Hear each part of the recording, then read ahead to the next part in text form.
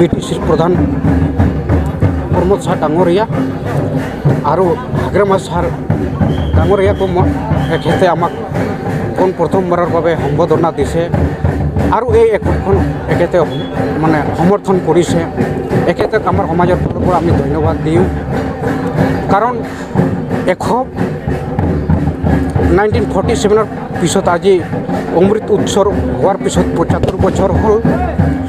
এই 75 বছৰৰ পিছত আমি এটা আদিবাসী সমাজে সংবিধানৰ মৰ্যাদা পালোঁ। আমি নথৈ আনন্দিত হে চকুৰ পানী ওলাইছে কাৰণ আজি এইখন ভাৰতৰ সংবিধানত আমি মৰ্যাদা পালোঁ। এইখিনি সৰু মই বাল্য দিলোঁ দাদা, মনত আৰু ৰখিব নোৱাৰোঁ। ইমান এটা মই নিজকে বহুত ভাগ্যৱান বুলি ভাবোঁ কাৰণ ইমানখিনি আমাৰ বিজেপি চৰকাৰ বা এখেত প্ৰধানমন্ত্ৰী নৰেন্দ্ৰ মোদী, অমিত শ্বাহ আৰু বলিষ্ঠ নেতৃত্ব হিমন্ত বিশ্ব শৰ্মাই লোৱাত আমি যে আজি সক্ষম হ'লোঁ এখেতক অন্তৰৰ পৰা মই ধন্যবাদ দিব বিচাৰিছোঁ। এই মানে ঋণত লোৱা যেন অনুভৱ হয় এনেকুৱা এটা কাম কৰি দিছে হিমন্ত বিশ্ব শৰ্মা ডাঙৰীয়াক আমি অশেষ আমাৰ পাছৰটি বিদ্ৰোহী সংগঠন আৰু সমাজ ফালৰ পৰা মই ধন্যবাদ। চৰকাৰে 3 নম্বৰৰ দফাত দিছে স্পেচিয়েলি এটা ফাণ্ড আমাৰ কাৰণে 1000 কোটি টকা।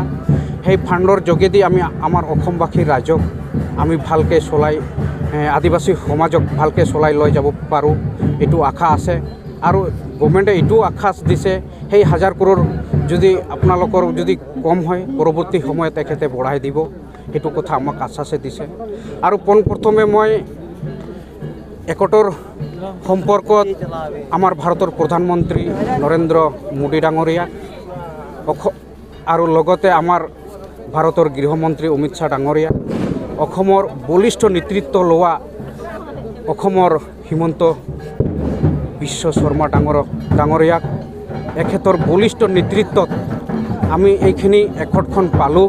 এখেতক আমি আমাৰ আদিবাসী সমাজৰ ফালৰ পৰা আমি কৃতজ্ঞ ধন্যবাদ দিছোঁ।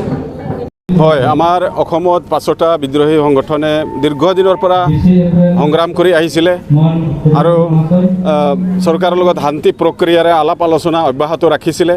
কিন্তু সৰ্বশেষত দেখা গ'ল আমাৰ যি দাবীসমূহ চৰকাৰে সন্মান দিছে আৰু সন্মান দি পেলাই যোৱা 15 ছেপ্টেম্বৰ তাৰিখে 5টা বিদ্ৰোহী সংগঠনৰ লগত ঐতিহাসিক এটা শান্তি চুক্তি কৰিলে ভাৰতৰ নতুন দিল্লীত।